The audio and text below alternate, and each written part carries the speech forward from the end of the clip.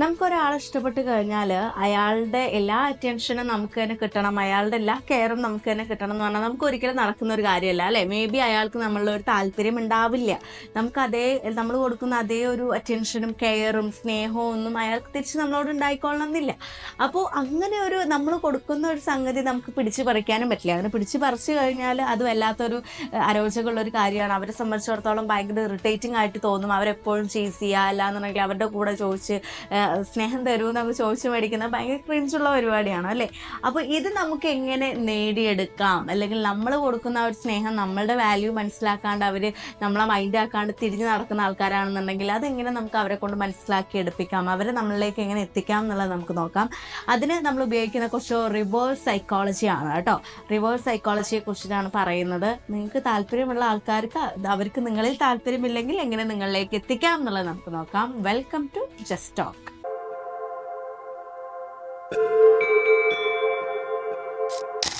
ഒന്നാമത്തെ കാര്യം എന്ന് പറയുന്നത് അവർ ചേസ് ചെയ്യുന്നത് അങ്ങ് ഒഴിവാക്കുക. നമ്മളിപ്പോൾ അവരെവിടെ പോകുന്നുണ്ടെങ്കിലും പിന്നാലെ പോവുക, അവരെവിടെ ഉണ്ടെങ്കിലും അവിടെ പോയിട്ടിരിക്കുക, അവരെവിടെയാണോ സോഷ്യൽ മീഡിയയിൽ അവൈലബിൾ ആയിട്ടുള്ള അവിടെ പോയിട്ട് മെസ്സേജ് അയക്കുക, കോൾ ചെയ്യാൻ നിൽക്കുക, അങ്ങനത്തെ പരിപാടിക്കൊന്നും നിൽക്കരുത്. അതുപോലെ തന്നെ അവർ ഇല്ലാണ്ട് നിങ്ങൾ ഹാപ്പി ആണെന്ന് അവർ മനസ്സിലാക്കിക്കൊള്ളണം. അല്ലാണ്ട് ഞാനുണ്ടെങ്കിൽ അയാൾ ഹാപ്പി ആവത്തുള്ളൂ എന്നുള്ള എനിക്കറിയാം എന്ന് എഴുതിയിട്ടൊന്നും എനിക്ക് അയാളടുത്ത് പോകാൻ പറ്റില്ല എന്നുള്ളൊരു ആറ്റിറ്റ്യൂഡ് ബാക്കിയുള്ളവരിൽ വരുത്തിക്കരുത്. നിങ്ങൾക്ക് അയാളില്ലെങ്കിലും നിങ്ങൾ ഓക്കെ ആണെന്നുള്ളൊരു ആറ്റിറ്റ്യൂഡിൽ വേണം നിങ്ങൾ നടക്കാനായിട്ട്. മെസ്സേജ് ചെയ്യാനോ കോൾ ചെയ്യാനോ അല്ലെങ്കിൽ എവിടെ പോകുമ്പോഴോ അവിടെ ഫോളോ ചെയ്ത് പോകാനോ അങ്ങനത്തെ പരിപാടിക്കൊന്നും നിൽക്കരുത്. നമ്മൾ എപ്പോഴും അവർക്ക് വേണ്ടിയിട്ടുള്ള ഒരു സ്പേസ് നമ്മൾ കൊടുക്കുക. ഇപ്പം എപ്പോഴും ഫോളോ ചെയ്ത് പിന്നാലെ പോയി കഴിഞ്ഞാൽ, അല്ലെങ്കിൽ അവരെന്ത് ചെയ്യുന്നു, എന്ത് നോക്കുന്നു, എന്ത് കഴിക്കുന്നു എന്നിങ്ങനെ നമ്മൾ എൻക്വയർ ചെയ്തുകൊണ്ടേ ഇരുന്ന് കഴിഞ്ഞാൽ വിചാരിക്കും അവർക്ക് അവരുടേതായിട്ടുള്ള ഒരു സ്പേസ് ഇല്ലാത്ത ഫീൽ വരും. അപ്പോൾ ഒരിക്കലും എല്ലാ റിലേഷൻഷിപ്പിലും നമുക്ക് വേണ്ട ഒരു കാര്യമാണ്, ഇപ്പോൾ ഇഷ്ടമുണ്ടെങ്കിലും ഇല്ലെങ്കിലും എല്ലാ റിലേഷൻഷിപ്പിലും നമുക്ക് വേണ്ട ഒരു കാര്യമാണ്. ഓരോ ഇൻഡിവിജ്വൽസിനും അവരുടേതായിട്ടുള്ള ഒരു സ്പേസ് ഉണ്ട്, അത് നമ്മൾ കൊടുക്കുക എന്നുള്ളതാണ്. ഒരിക്കലും അവരുടെ സ്പേസിൽ കയറി നമ്മൾ ഇടിച്ചു കയറാൻ നിൽക്കരുത്. അത് ഒരാൾക്കും ഇഷ്ടപ്പെട്ടോളണം എന്നില്ല. അപ്പോൾ അവരുടേതായിട്ടുള്ള സ്പേസ് കൊടുക്കാനായിട്ട് നോക്കുക. അതുപോലെ നമ്മുടെ സന്തോഷത്തിൻ്റെ, നമ്മൾ ഹാപ്പി ആയിട്ടിരിക്കുന്നതിൻ്റെ ആ ഒരു റീസൺ അവരാവരുത് ഒരിക്കലും. അതായത് നമ്മുടെ സന്തോഷത്തിൻ്റെ താക്കോൽ അവരുടെ അടുത്ത് കൊണ്ടുപോയി കൊടുക്കുന്ന ലെവലിലേക്ക് ഒരിക്കലും കാര്യങ്ങൾ പോകരുത്. ഇത് ഞാൻ മുൻപ് പറഞ്ഞിട്ടുള്ളതാണ്. എപ്പോഴും ഒരാളിൽ ഡിപ്പെൻഡ് ആയിരിക്കരുത് നമ്മുടെ സന്തോഷവും, നമ്മൾ ഹാപ്പി ആയിട്ടിരിക്കുന്നത്, നമ്മൾ പോസിറ്റീവായിട്ടിരിക്കുന്നതൊന്നും. കാരണം ആ ഒരു വ്യക്തി നമ്മുടെ ലൈഫിൽ നിന്ന് പോയി കഴിഞ്ഞാൽ നമ്മൾ ഭയങ്കര ലോൺലിനെസ് ഫീൽ ചെയ്യും, നമ്മൾ എന്നും നിരാശയോടുകൂടി ജീവിക്കേണ്ടി വരും. അപ്പോൾ ഒരിക്കലും ഒരു വ്യക്തിയിലോ അല്ലെങ്കിൽ ഒരു സാധനങ്ങളിലോ അധിഷ്ഠിതമായിട്ട് നമ്മളെ സ്നേഹമോ അല്ലെങ്കിൽ നമ്മളങ്ങനെ ഹുക്കായി പോകാൻ നിൽക്കരുത്. എപ്പോഴും നമ്മുടെ സന്തോഷങ്ങൾ നമ്മൾ തന്നെ കണ്ടെത്തുക. ഓക്കെ, അയാൾ നമുക്ക് ഇഷ്ടമാണ്, ശരി, അയാളുള്ളപ്പോൾ നമുക്ക് ഓക്കെ പോസിറ്റീവായിട്ടുള്ളൊരു കാര്യമാണ്, നമ്മൾ ഹാപ്പിയാണ് എന്ന് എഴുതി അതേ ആണ് ലോകം, അത് തന്നെയാണ് എൻ്റെ സന്തോഷം എന്ന് പറഞ്ഞിട്ട് ഒരിക്കലും ഇരിക്കരുത്. നിങ്ങളുടെ ഓൺ സന്തോഷങ്ങൾ ഉണ്ടായിരിക്കും, നിങ്ങളുടേതായിട്ടുള്ള കാര്യങ്ങൾ ഉണ്ടായിരിക്കും, നിങ്ങളുടേതായിട്ടുള്ള ആഗ്രഹങ്ങൾ ഉണ്ടായിരിക്കും, നീഡ്സ് ഉണ്ടായിരിക്കും, അങ്ങനെ കുറേ ഗോൾസ് ഉണ്ടായിരിക്കും. അതൊക്കെ നേടുന്നതിലൂടെ, അച്ചീവ്മെൻറ്റ്സിലൂടെ നിങ്ങൾ സന്തോഷം കണ്ടെത്തുക. എല്ലാവരും വരുമ്പോൾ നമ്മളിഷ്ടമുള്ള എല്ലാവരും നമ്മുടെ സറൗണ്ടിങ്സിൽ നിൽക്കും, നമുക്കൊരു സന്തോഷം തന്നെയാണ് എന്ന് എഴുതിയിട്ട് അവരാരുമില്ല എന്നുണ്ടെങ്കിൽ നമ്മൾ ആകെ നിരാശപ്പെട്ടു പോകുന്ന ഒരവസ്ഥയിലേക്ക് ഒരിക്കലും എത്തിക്കരുത്. അതുപോലെ എല്ലാ ഇൻഡിവിജ്വൽസിനും അവരുടേതായിട്ടുള്ള ഒരു കാഴ്ചപ്പാടുകൾ ഉണ്ടായിരിക്കും, അവരുടേതായിട്ടുള്ള വിശ്വാസങ്ങൾ ഉണ്ടായിരിക്കും, അവരുടേതായിട്ടുള്ള മൂല്യങ്ങൾ ഉണ്ടായിരിക്കും. അതൊരിക്കലും വേറൊരാളുടെ തീരുമാനങ്ങൾക്കനുസരിച്ച് അല്ലെങ്കിൽ വേറൊരാൾ ഇൻഫ്ലുവൻസ് ചെയ്തിട്ട് ഒരിക്കലും മാറാൻ നിൽക്കരുത്. കാരണം നിങ്ങൾ ഉറച്ച് വിശ്വസിക്കുന്ന കാര്യങ്ങൾ, നിങ്ങളുടെ ഉറച്ച കാഴ്ചപ്പാടുകൾ, നിലപാടുകളൊക്കെ ബാക്കിയുള്ളവർക്ക് കുറച്ചും കൂടെ ആകർഷണീയമായിട്ട് തോന്നുന്ന കാര്യങ്ങളാണ്. കാരണം വേറൊരാൾ വന്നാലും അയാളുടെ നിലപാടിൽ ഉറച്ചു നിൽക്കുന്ന ഒരാളാണ്, അയാളുടെ വിശ്വാസങ്ങൾക്കപ്പുറം ഒരിക്കലും ഒരു കാര്യവും ചെയ്യില്ല. അയാൾക്ക് എപ്പോഴും അയാളുടേതായിട്ടുള്ള ഓൺ കാര്യങ്ങളുണ്ട്. അയാൾ ആ ഒരു വേയിലൂടെ, ആ ഒരു പാത്തിലൂടെയാണ് അയാൾ സഞ്ചരിക്കുന്നത്. അപ്പോൾ ഇതൊക്കെ കാണുമ്പോൾ ബാക്കിയുള്ളവർക്ക്, ഒരു പ്രത്യേകിച്ച് പെൺകുട്ടികൾക്കാണെങ്കിലും ആൺകുട്ടികൾക്കാണെങ്കിലും, അവർക്ക് അവരുടേതായിട്ടുള്ള ലൈഫ് സ്റ്റൈൽ പറയുമ്പോൾ നമുക്കൊരു ഇംപ്രഷൻ ഫീൽ ചെയ്യുമ്പോൾ കൊള്ളാം, അയാൾ എപ്പോഴും അയാളുടെ ഒരു ഉറച്ച നിലപാടിലാണ് വിശ്വസിക്കുന്നത് എന്നൊക്കെ കാണുമ്പോൾ നമുക്കൊരു ഇംപ്രഷൻ ഓട്ടോമാറ്റിക്കലി ഫീൽ ചെയ്യും.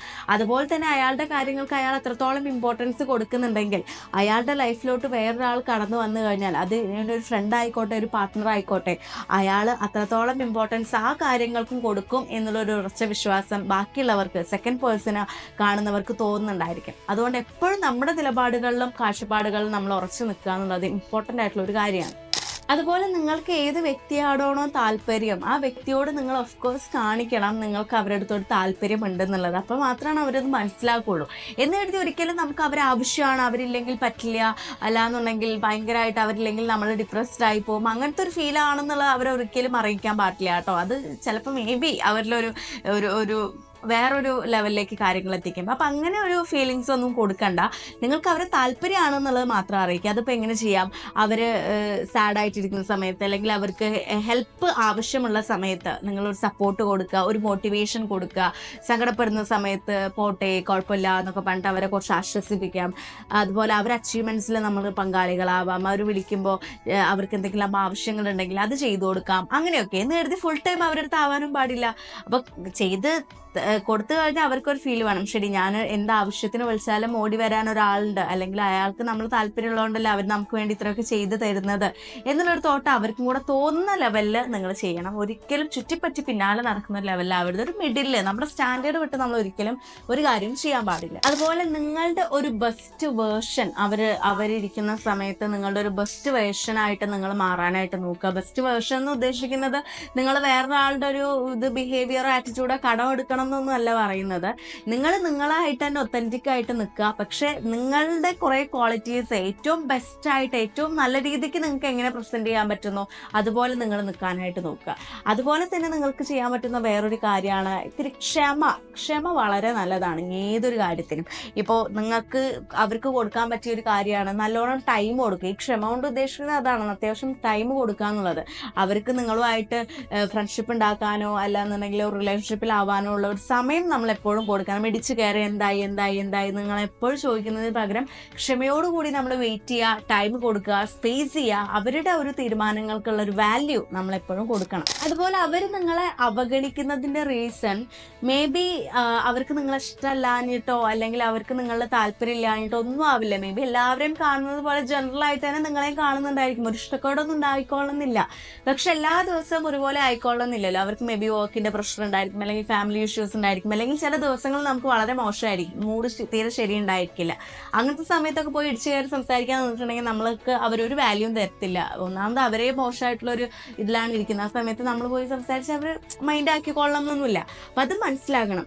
അപ്പോൾ ഇങ്ങനത്തെ കാര്യങ്ങളൊക്കെ ഒന്ന് ശ്രദ്ധിക്കുക. അപ്പോൾ എപ്പോഴും നമ്മൾ അവരുടെ സൈഡിൽ നിന്നുകൂടി ചിന്തിക്കാനായിട്ട് നോക്കുക. നിങ്ങളോടുള്ള ഇഷ്ടക്കുറവുകൊണ്ടോ ഒന്നും ആയിരിക്കില്ല, അവരുടെ മൂഡ് ശരിയല്ലാണ്ടോ അങ്ങനെ എന്തെങ്കിലുമൊക്കെ ആയിരിക്കും. അപ്പോൾ അവർക്ക് എപ്പോഴും നമ്മൾ അതുകൊണ്ടാണ് എപ്പോഴും ക്ഷമ വേണം, ടൈം കൊടുക്കണം, സ്പേസ് കൊടുക്കണം എന്നൊക്കെ നമ്മൾ പറയുന്നത്. അപ്പോൾ എന്തൊക്കെയാണെന്നുണ്ടെങ്കിലും നിങ്ങൾ ഒരിക്കലും അവരുടെ മുന്നിൽ കിടന്ന് കുനിഞ്ഞ് കുമ്പിട്ട് നിന്നിട്ട് ഒരിക്കലും സ്നേഹം പിടിച്ചു പറ്റാനോ ശ്രദ്ധ പിടിച്ചു പറ്റാനോ നിൽക്കരുത്. നമ്മൾ ഓട്ടോമാറ്റിക്കലി നമ്മളാരും അവർ ശ്രദ്ധിക്കുന്നില്ല എന്ന് തോന്നിക്കഴിഞ്ഞാൽ, അല്ലെങ്കിൽ നമ്മളെല്ലാവരും ശ്രദ്ധിക്കുന്നുണ്ട് പക്ഷെ നമ്മളാണെങ്കിൽ അവരെ ശ്രദ്ധിക്കുന്നുമില്ല, അങ്ങനെ തോന്നിക്കഴിഞ്ഞാൽ ഓട്ടോമാറ്റിക്കലി അവർ നമ്മളിലേക്ക് അടുക്കാനായിട്ട് നോക്കും.